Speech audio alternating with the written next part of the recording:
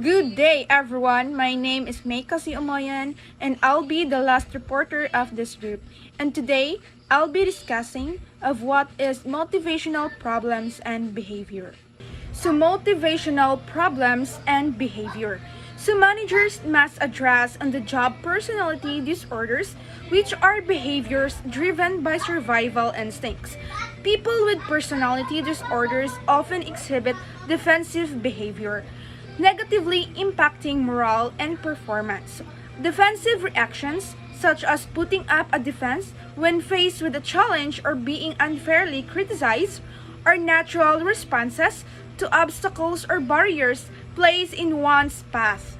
Managers must address these motivational problems regularly. So sometimes at work, people show behaviors like being late, absent a lot, or having conflicts. These behaviors might happen because they feel like they need to protect themselves or survive in that situation.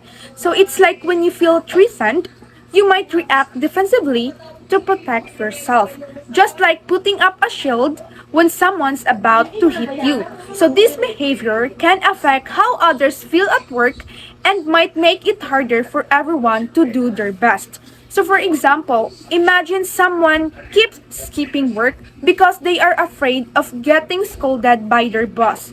Or when a person avoids a coworker because they always argue. So this action might seem odd, but it's their way of protecting themselves from something they think might hurt them.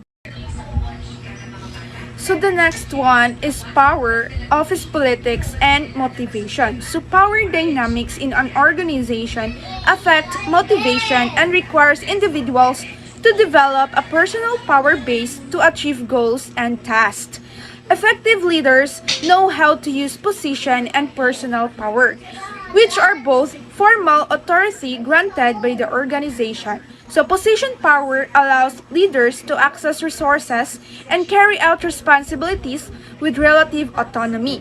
So, personal power is informal and varies from day to day. So, to be an effective motivator, leaders need both types of power and recognize the impact of office politics on organizational function, leadership, and worker work. So in workplaces, power helps get things done. So there are two types. So the first one is position power. So this is like a boss authority. So for instance, a manager can assign tasks and has resources to do so. So example, a store manager decides the schedule for employees. The next one is the personal power. So it's about how much others want to follow someone. So it's not from a title, but from how others see a person. So example, a coworker who's not a manager, but everyone listens to because they are helpful and respected. So now there's also office politics. So it's the sneaky side of how people act at work. So like forming groups or trying to get ahead by being strategic.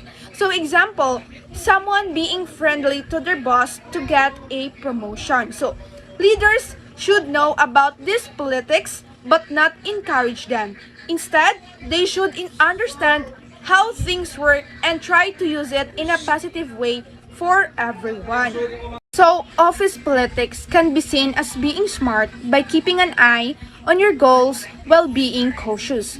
But it's a tricky thing. So, here are two strategies for managers. So, the first one is to avoid taking sides in power struggles or avoid picking sides. So, it's about being fair and not getting involved in fights between others. So, for example, if two coworkers are arguing, a good manager might listen to both sides but not take anyone's side outright. So this way, they are seen as fair. The second one is to keep social contacts constructive or watch social situation. So when hanging out with workmates, notice if anyone's using the group to gain power or harm others. Also, check if you can be yourself or if you always have to be careful about what you say.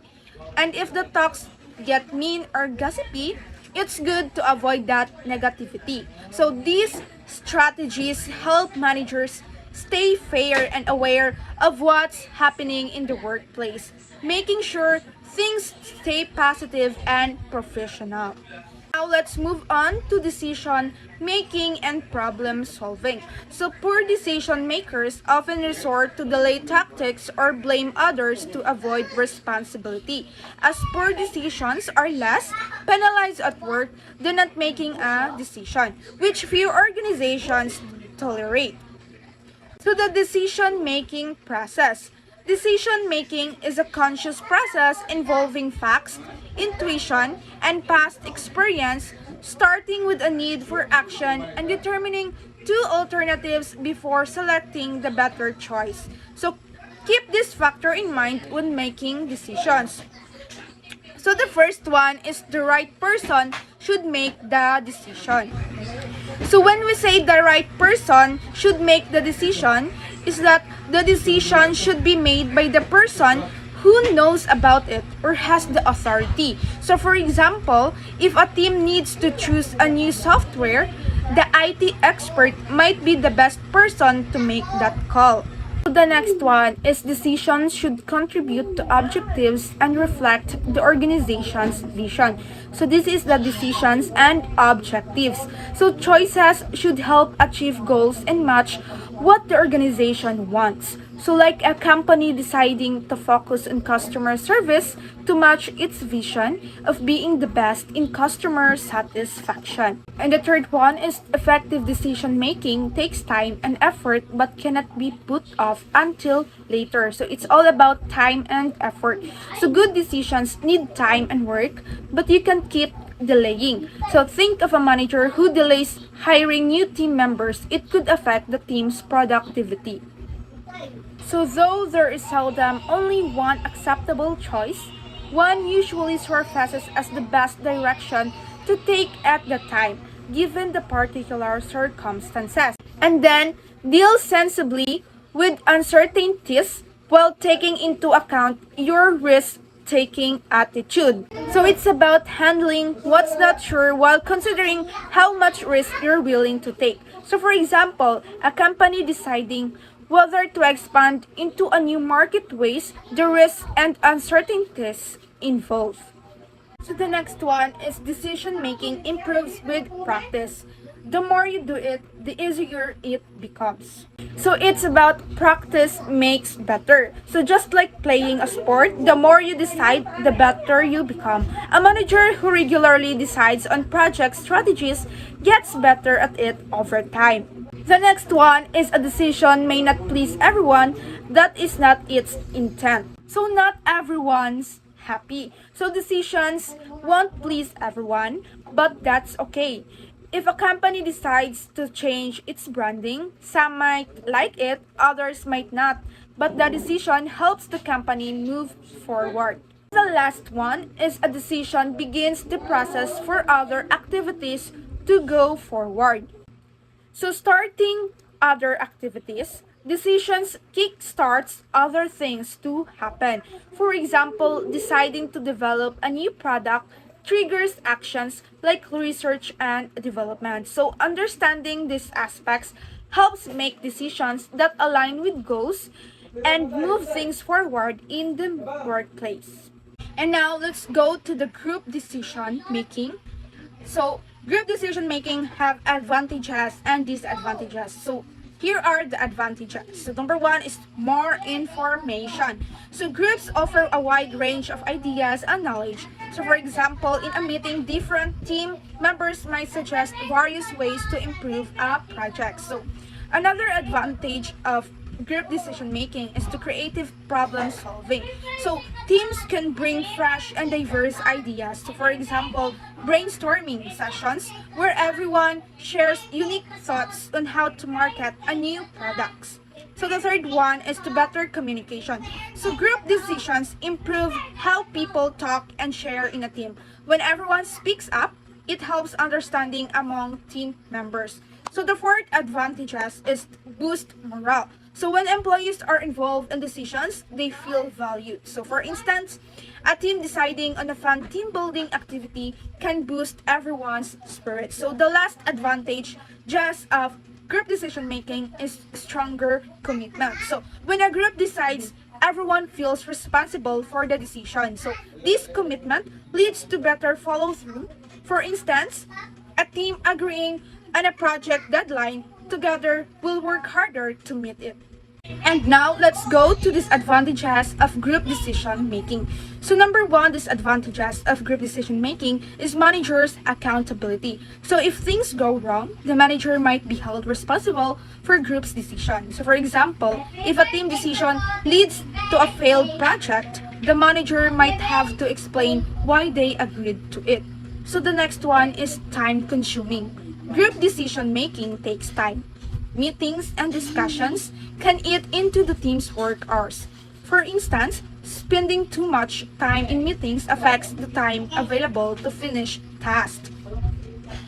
The third disadvantages is moral issues. Sometimes group might split into opposing sides, causing tensions. For example, a team disagreeing on the direction of a project can create conflicts. So the fourth disadvantages is dominant personalities. So strong personalities can take over discussions, ignoring others' ideas. For instance, if one team member always controls meetings, others might not speak up. So other disadvantages of group decision making is need for supervisory skill. So managers need good skills to handle group dynamics. So for example, guiding a diverse team through a decision-making process requires strong leadership. So the last disadvantages is difficult for quick response.